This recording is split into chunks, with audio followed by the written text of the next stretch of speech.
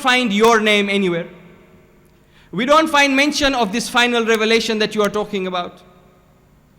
And when they said this, then the ayah was revealed. Because the reality is that the revelation of the Holy Prophet Muhammad sallallahu alayhi wa alihi, Allahumma salli ala Muhammad, was mentioned very clearly in the Torah. But the Torah was not accessible to the people. It was accessible to a select few rabbis. And the rabbis would be asked by the people, is this mentioned in our Torah? What does our Torah teach? And they would selectively choose and reply. And even those people who could read the language, when they showed them the Torah, we are told that they would keep their hand on certain passages, on certain sentences of the Torah to hide it from the people. And that is why Allah Azza wa Jal has described them in this manner. And we find even in Christianity, the monks and the priests in history, they have always tried to keep their scriptures something exclusive to themselves, not accessible to the general people. That is why the first English translation of the Bible was in 1520. And even then it was banned initially. Why? Because the moment the people have access, then there is no exclusivity. Knowledge is power. These monks, these priests, these rabbis had power because they were the only ones who had access to these divine scriptures. So Allah Azza wa Jal uses the example of the donkey. He says they are like donkeys. Why donkey? Why himar? The donkey is usually used when you want to express two things. One, foolishness, and two, stubbornness. And both these qualities were there in this group of individuals who did not want to accept that the revelation that the Holy Prophet has brought has been foretold in their books. Now, question, how does this apply to us? You are telling us about how Allah Azza wa Jal described a certain group of rabbis who lived at the time of the Prophet, as they say in Farsi, Bemanchi. What does it have to do with me? It has a lot to do with us. The Quran is a living book. These examples that are given in the Quran are examples for me and you. And that is why Ayatollah Makarim in his tafsir, he says, learn a lesson the way Allah has described these people. Why? He revealed to them a text. He revealed to them a scripture. What did they do? They shunned it. They didn't read it. They didn't study it. They didn't act on it. They became like donkeys. Allah Azza wa Jal has revealed to us Quran. What are we doing with the Quran? Then Ayatollah Makarim goes on to say, we are only intrigued by the beautiful recitations of the Quran. We are only intrigued by the calligraphy of the Quran. We use the Quran for ta'weez and for istikhara. This is what Quran is to us. Then he says, now beware. If this is the way you are treating the Quran, you should then not become like those people who have been described as donkeys in the Quran. And so we find, therefore, that in order for us to appreciate what Allah Azza wa Jal has revealed to us, we need to learn. We need to gain knowledge. We need to act upon the knowledge. Of course, the importance of knowledge is something that we all know about. There is no need to elaborate on it further. Knowledge is something in Islam that is highly regarded. So much so that we are told that at one time one of the Ansar in Medina, he comes to the Holy Prophet and he asks, Ya Rasulullah, I am perplexed. I don't know what to do. I am in a dilemma. What is the problem? He says, you know, there is a very important lecture that is going on in the masjid, but at the same time, there is a funeral procession that is going on. I'm not sure, should I attend that janaza or should I attend that lecture? The Prophet says, are there people to take that janaza? He says, yes. He says, then you must attend the lecture. And then the Prophet goes on to say that attending that lecture is equivalent to attending 1,000 janazas. Attending that lecture is equivalent for you to going for 1,000 hajj, giving 1,000 dirhams in charity, and so on and so forth. These are just examples for us on the value of knowledge. And from my study, my humble study as a student of religion and of comparative religion, I can tell you one thing, that there is no other religious tradition, and I stand to be corrected if anyone has any proof of this, that gives as much emphasis on gaining knowledge as Islam. Any religion. Show me any religious tradition that tells its followers gain knowledge from cradle to grave. If you have to go to China, go to China. There is no. It is only Islam that has these teachings. However, if we gain the knowledge but don't act on it, then again we are putting ourselves in threat of being like those donkeys. So, for us as Muslims, it is two things together, ilm and amal. These two things must go together. And that is why I say, and I have proof for this also, that when you call someone an alim, that alim has to have amal also. If there's only ilm without amal, that is not an alim. We have so many riwayat. From Amir al-Mu'mineen Ali ibn Abi Talib salawatullahi wa salamu alayhi, he says, ilmun bila amal ka shajarin bila thamar. Knowledge without action is like trees without fruits. The Holy Prophet is reported to have said, قليل العلم يحتاج إلى كثير العمل. Little bit knowledge needs a lot of action. Why? He said, because learning that knowledge takes a short period of time, but you have to act on it for the rest of your life. This is very important. Many times we neglect this. We think somebody who can quote Quran and can quote Hadith like myself, oh, alim. No. Alim is someone with amal. Isa alayhi salam, we have beautiful riwayat from Isa alayhi salam. So many examples from his life. Isa alayhi salam says himself, one day I was going somewhere and I saw a stone on the ground, a rock on the ground, and on that rock was written, turn me over. So I was curious. I said, turn me over. I picked up the rock and I turned it over. And behind that rock was inscribed, Man lam ya'mal bima ya'lam, mash'umun alayhi talabu ma la ya'lam. One who doesn't act on what he knows, ominous for him, harmful for him, destructive for him, is seeking that which he does not know. Allahu Akbar. And Allah Azza wa Jal reveals to Dawood alayhi salam, he says, Dawood, those who know but do not act, I punish them 70 times more than those who never knew, or those who did things by mistake. And one of my worst punishments is that I remove the halawa of my dhikr from their hearts.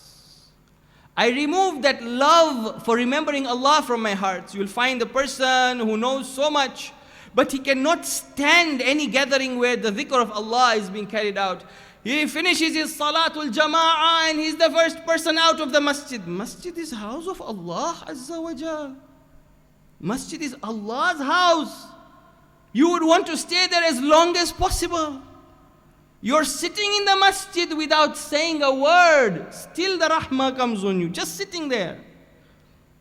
But when a person doesn't act on the ilm that he has, then he cannot stand it. That halawa is removed.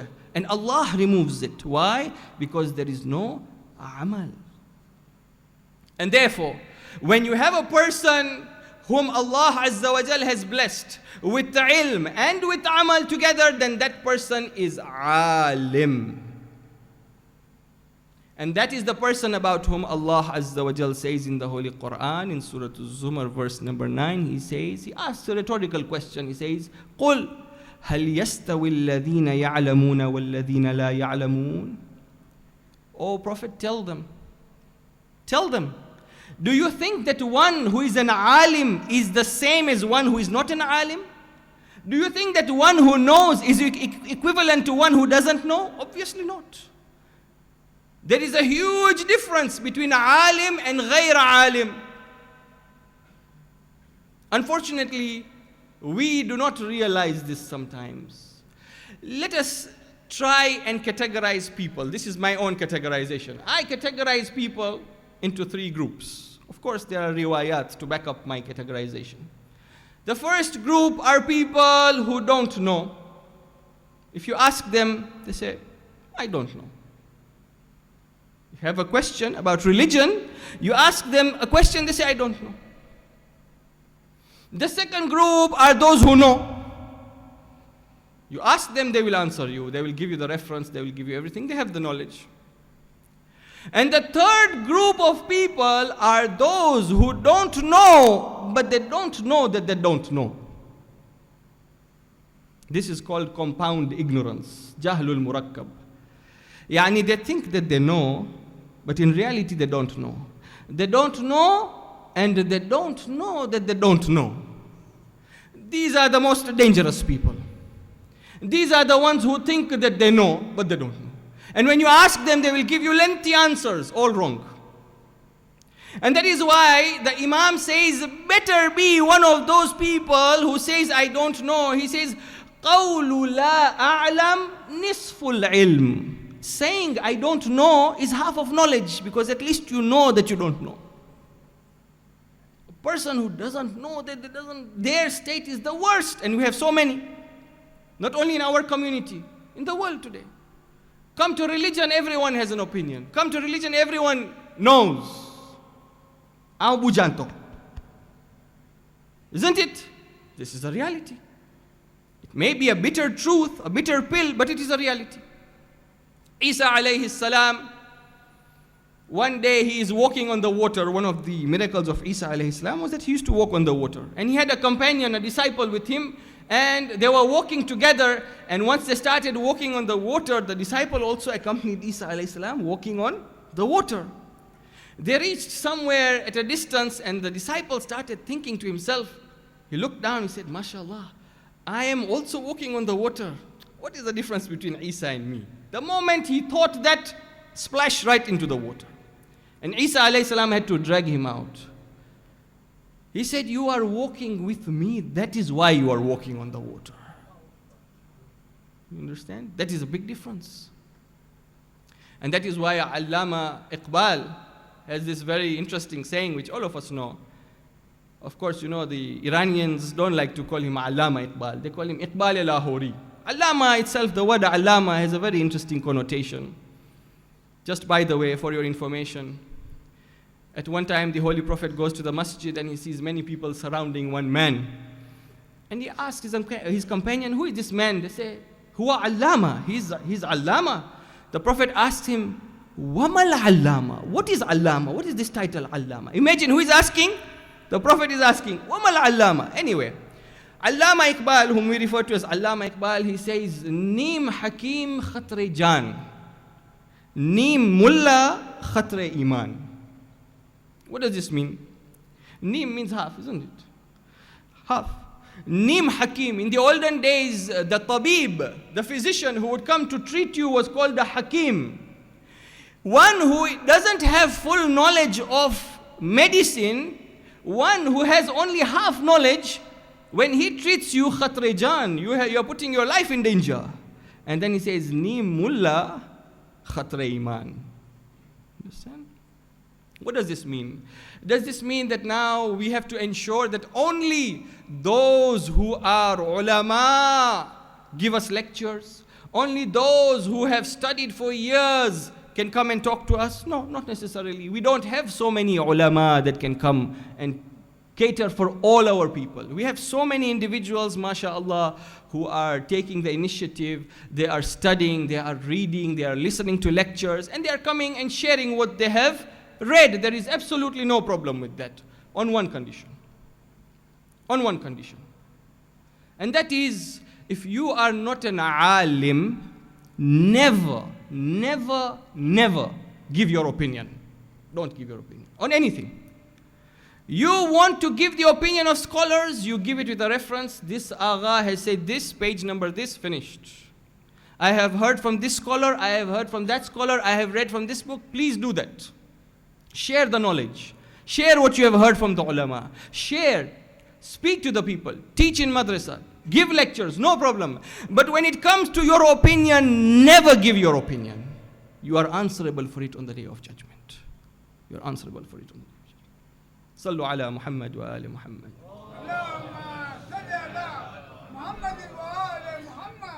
Now, how do we identify an alim? What are the signs? You want to know who is an alim, who is not an alim. It's important. We want to identify an alim. Give us some simple tips. Firstly, anyone wearing the garb of an alim is not necessarily an alim. Anyone wearing the attire of an alim doesn't make him an alim. There are some places in the world where it is the national attire to wear turbans. So if somebody wears a turban and he's from that place, automatically you'll call him an alim? Obviously not.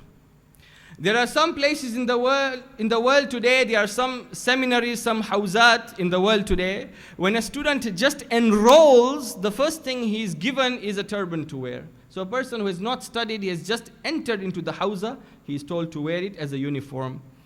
Hence, when you see a person who is turbaned, when you see a person who is wearing the garb of an alim, don't automatically assume this is an alim. Sheikh Tahir Ridha has a very interesting anecdote. He says that there was this one alim who used to live in a village, and he used to wear a turban. He was a turbaned alim. And one day an old lady approached him and said, I have received a letter from my son.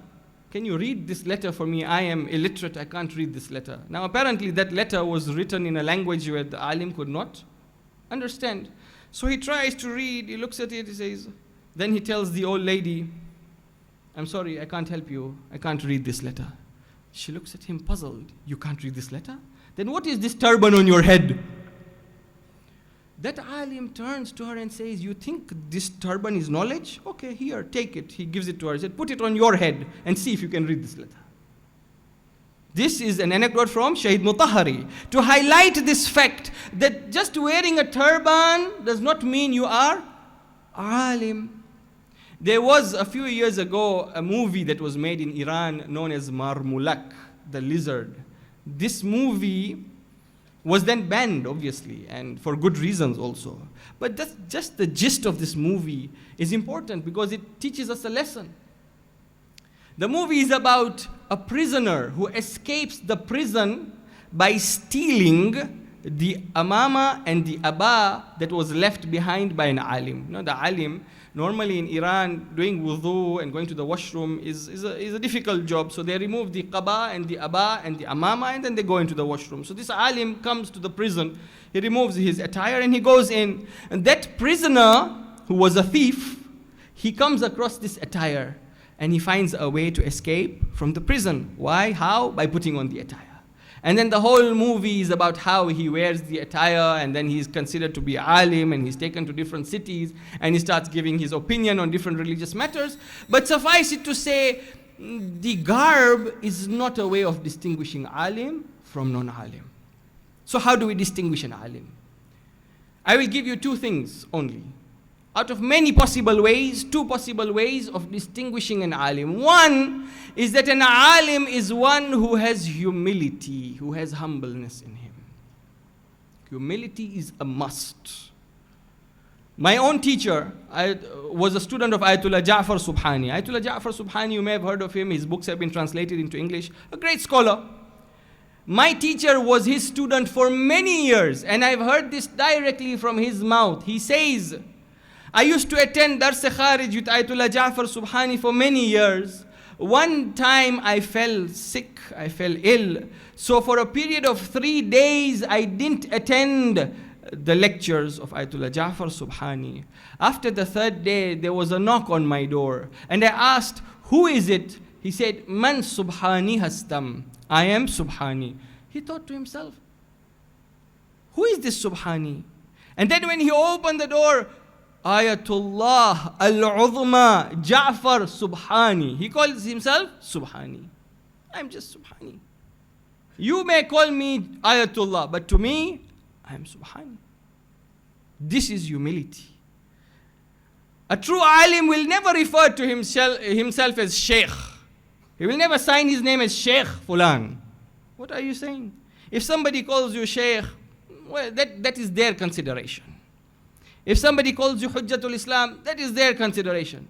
You would never write these honorary titles for yourself if you're a true alim. And another example from the life of Sheikh Ahmad Ardabeli, whom we all know as Muqaddas Ardabeli. Muqaddas Ardabeli, we know, is buried in Najaf, isn't it? We are told one time one of the Zuwar had gone to Najaf, and that Zair, he doesn't recognize Muqaddas Ardabeli. Muqaddas Ardabeli was a poor man. He was alim, but he was a poor man. What he was wearing was those ragged clothes. And so this Zair, he sees him and he tells him, he considers him to be one of the servants of that area, and he gives him his clothes. He says, can you wash this for me, please? Muqaddas Ardabeli takes his clothes, he washes them, he dries them, and he brings them back. Now when he brings them back, the people recognize him and they tell that man, do you know who this is? This is one of the foremost scholars of his time, Muqaddas Ardabeli. You consider him somebody like a servant? And immediately he comes to ask for forgiveness. Muqaddas Ardabeli says, there is nothing wrong. The right of my brother in faith is more than this, what he has asked for me. This is alim. Alim is someone who has humility. صلوا على محمد وآل محمد.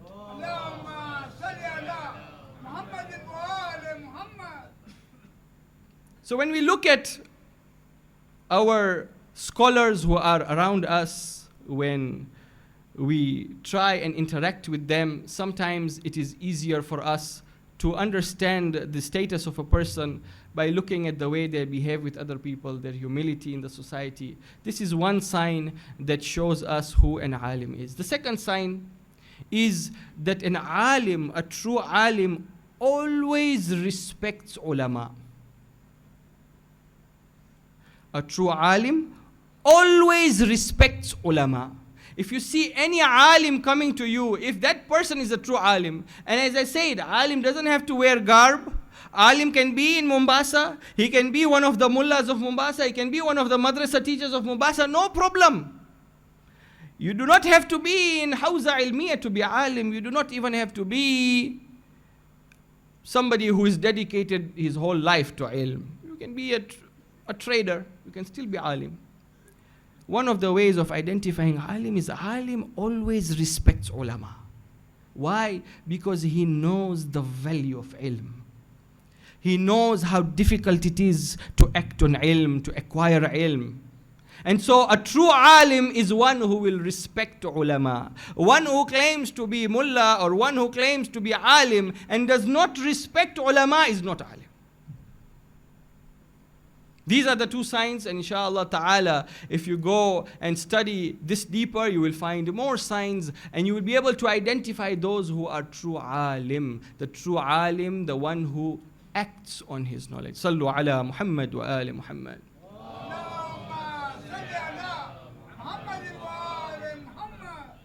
So therefore, we have now seen, we acquire the knowledge, we act on the knowledge, you become a alim, you become one step higher than the ordinary people, and then you have to share your knowledge with the people. This is one part of the story. The other part is that if you don't have ilm, don't act without knowledge.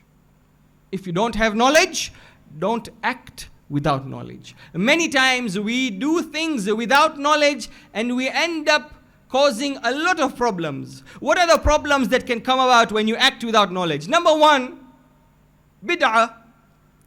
You invent things that were not in religion and you put them in religion. I thought this verse of the Quran is good to recite here, I'll recite it here. I thought this dua is good here, I'll recite it here. Baba, where did you get it from? Who told you that this dua is for this moment? Who told you this ayah is for this moment? Have a daleel, read it somewhere and then come and do it. Not, oh, I dreamt it last night. No. Don't act without knowledge. Maulana gave a very beautiful example in Jum'ah khutbah of that lady who said, I don't want to get married because I want to become very pious. He said, Fatimatu Zahra, salawatullahi wa salamu alayha.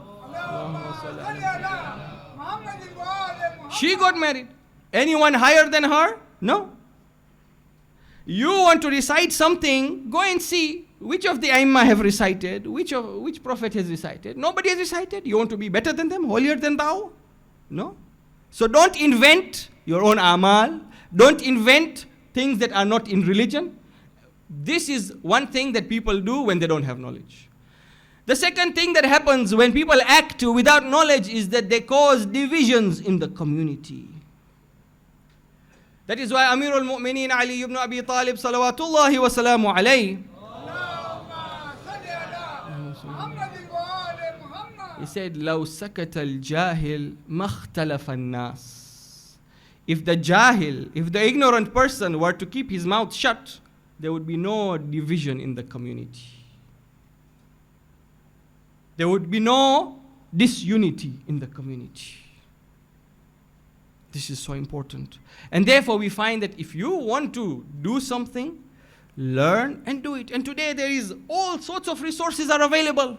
You don't have to go to Hawza, you can, sitting on your computer, interact with scholars around the world. Ask scholars, read books, verify, gain the reference, gain the knowledge, then go out and do it. And if somebody asks you, say, here it is. There's no problem. So acquire the knowledge and then do it. And if you are stuck, what do you have to do? The Quran repeats twice. All of us know. فَاسْأَلُوا أَهْلَ الذِّكْرِ إِن كُنْتُمْ لَا تَعْلَمُونَ. You don't know?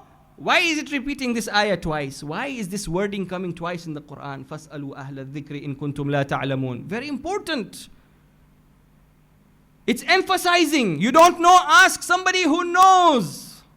Ask the alim. He will tell you. And we have all these. Unfortunately, however, today, people run away from the alim. See the alim coming, you move in the opposite direction. I'll conclude with one beautiful hadith from the Holy Prophet about this. He says, سَيَأْتِي فِي أُمَّتِي زَمَانٌ يَفِرُّونَ مِنَ الْعُلَمَاءِ كَمَا يَفِرُّ الْغَنَمُ مِنَ الذِّئِبِ. He says, a time will come for my ummah that the people will run away from the ulama the way sheep and goats run away from the wolf. And then he says, إِذَا كَانَ كَذَلِكَ ابْتَلَاهُمُ اللَّهُ تَعَالَى بِثَلَاثَةِ أَشْيَاءٍ. When that time comes, Allah will send 3 balas on those people. The people who do what? Who run away from the ulama. Instead of taking advantage from the alim, instead of learning from the alim, you run away from them. 3 balas. Al-awwal, يَرْفَعُ الْبَرَكَةَ مِنْ أَمْوَالِهِمْ.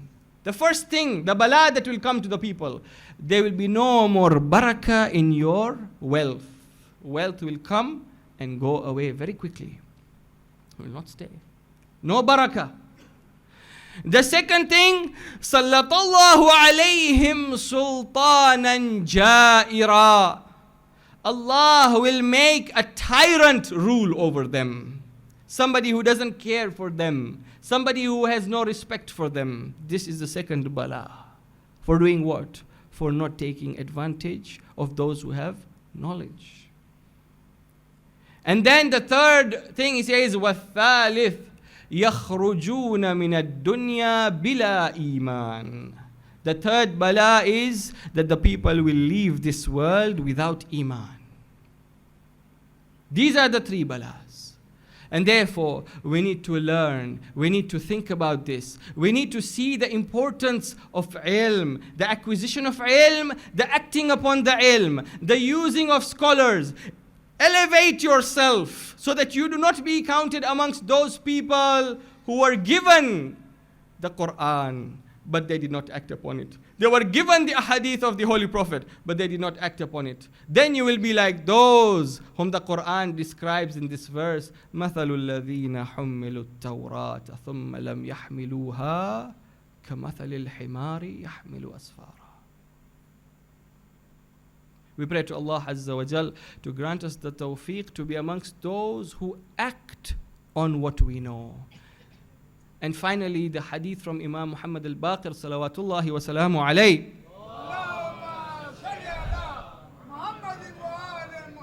And we end with this hadith. He says, مَنْ عَمِلَ بِمَا يَعْلَمْ عَلَّمَهُ اللَّهُ مَا لَا يَعْلَمْ. Whoever acts on what he knows, Allah will teach him that which he does not know. So to increase our knowledge, let us act on what we know. Sallu ala Muhammad wa ali Muhammad.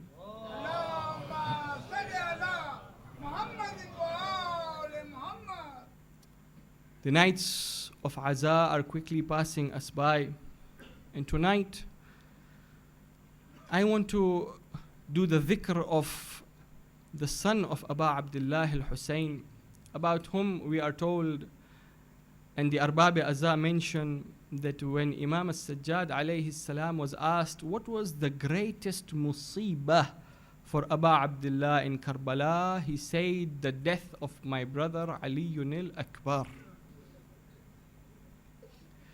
Do you know that the day of Ashura, according to the riwayat, was a very hot day, hotter than normal. And that is why when Ali Akbar comes back, he tells his father, Ya abata, al-atash qad qatalani. Oh my father, thirst is killing me. At that moment it was that Imam al-Hussein puts his tongue in the mouth of Aliyun al-Akbar, and Aliyun al-Akbar quickly turns away and says, Oh father, your tongue is drier than my tongue. And that is why he gives him the ring and says, keep this in your mouth. Maybe Allah will give you some relief. Taqaddam ya bunayya, go and fight in the way of Allah. Now Aliyun al-Akbar for the second time goes into the maqtal, but now as he goes, he hears footsteps behind him.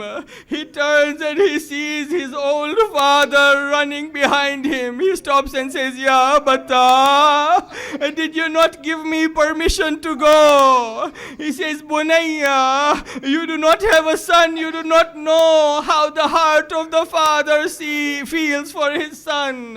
And after all, O Ali Akbar, you are the one who reminds me of my grandfather Rasulullah. Whenever Imam Hussein wanted to remember Rasulullah, he would look at Ali al-Akbar. Ajrukum ala Allah. Ali al-Akbar comes into the battlefield. He fights the Ashqiya. He kills so many of the Ashqiya. At one moment, Umar Asad says, there is no way you will fight this Hashimi unless you surround him. So they surround him. Someone would shoot an arrow. Someone would throw a stone. Finally, one Shaqi came forward with a spear, and he struck Ali Akbar's heart with so much force that he fell down from the ground. The Maqatil tell us that when anyone would fall to the ground, they would shout, Adrikni ya Mawlai. But Ali Akbar did not say Adrikni. He just said, Assalamu alayka ya Bata. Maybe he did not want his father to come and see him in this state. Hamid ibn Muslim says that when Hussein heard the sound of Ali Akbar, I was watching as he came out of the tent. He was running and falling down, running and falling down. He was saying, Aina anta ya Ali, Aina anta ya Ali. finally, when he reaches the body of Ali Akbar, we are told in the Maqatil that he throws himself on the body of Ali Akbar. فَجَعَلَ خَدَّهُ عَلَى خَدِّهِ. He places his cheek on the cheek of Ali Akbar. Ya Bunayya, what have they done to you? And then he sees the spear, the broken spear in the chest of Ali Akbar. Now it is the time for the Ibrahim of Karbala to show his strength. Do you know when Ibrahim had to sacrifice Ismail, he could not watch, he had to tie a blindfold. But look at Ibrahim of Karbala. He places one hand on the ground of Karbala, the other hand on the chest of Ali Akbar. He says, Ya Ali. He removes the spear from the chest of Ali Akbar. And with the spear comes out the soul.